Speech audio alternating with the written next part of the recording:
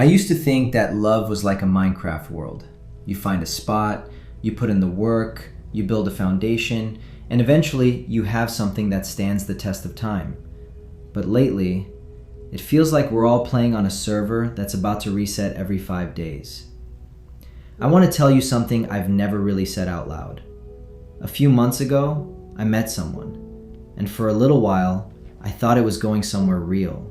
We talked every day, long conversations, the kind where you forget what time it is. And then one morning, nothing. No fight, no reason, just silence. I checked my phone more times that week than I want to admit. I kept thinking maybe they were busy, maybe something came up. But deep down, I already knew. I had been ghosted, quietly, cleanly, like I was a game they got bored of. And I sat there, trying to figure out what I did wrong, replaying every conversation, every moment I might have said too much or not enough. And that is the thing nobody tells you about being ghosted. It is not just the rejection. It is the silence that makes you question your own worth. And the worst part? It didn't even feel that unusual anymore. Here is something I think about a lot. When there are two types of jam on the shelf, you pick one and you're fine. But when there are 47, studies show you leave less happy, doubting the one you chose, wondering if another was better. Psychologists call this the paradox of choice, and dating apps have turned human connection into that jam aisle. Every time someone opens Tinder, Hinge, Bumble, they are not looking at people.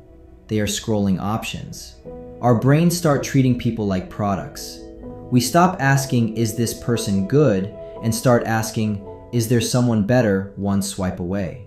There is always another face, another option, another reason not to commit. And I fell for it too. I kept swiping long after I should have stopped. Not because I was finding better people, but because the scrolling felt easier than the vulnerability of actually choosing someone and meaning it. The apps know this. They are designed around it. They want you swiping, not settling. Every match is a hit of dopamine. They profit from your loneliness. They have no incentive for you to find someone and leave. So the system keeps you hungry. And when you are always hungry, you never sit down.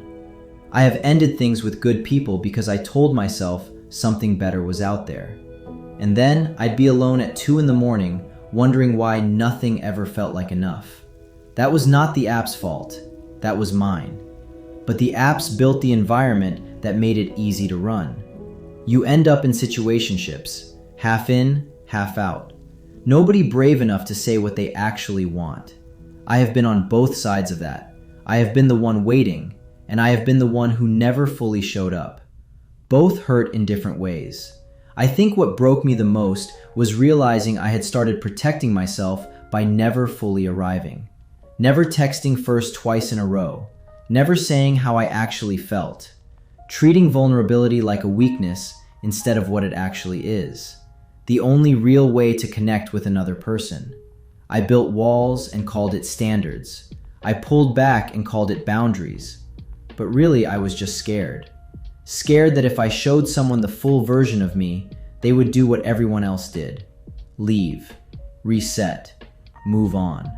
And that fear does not come from nowhere. It comes from experience. It comes from choosing people who were never really choosing you back. Loyalty is not something that happens to you. It is something you practice. And in a world that made disposability the default, loyalty is now the rarest thing one person can offer another. Not followers, not options, not perfectly curated highlight reels. Loyalty. The willingness to stay when the novelty is gone.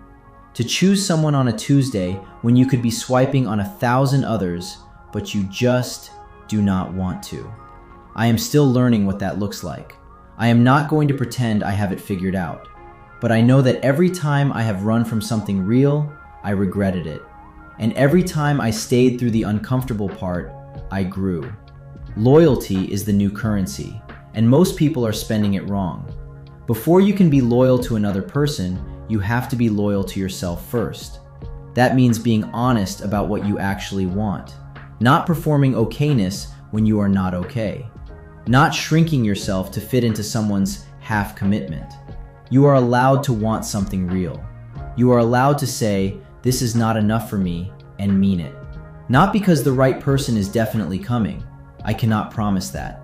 But because you deserve to move through the world like you are worth staying for.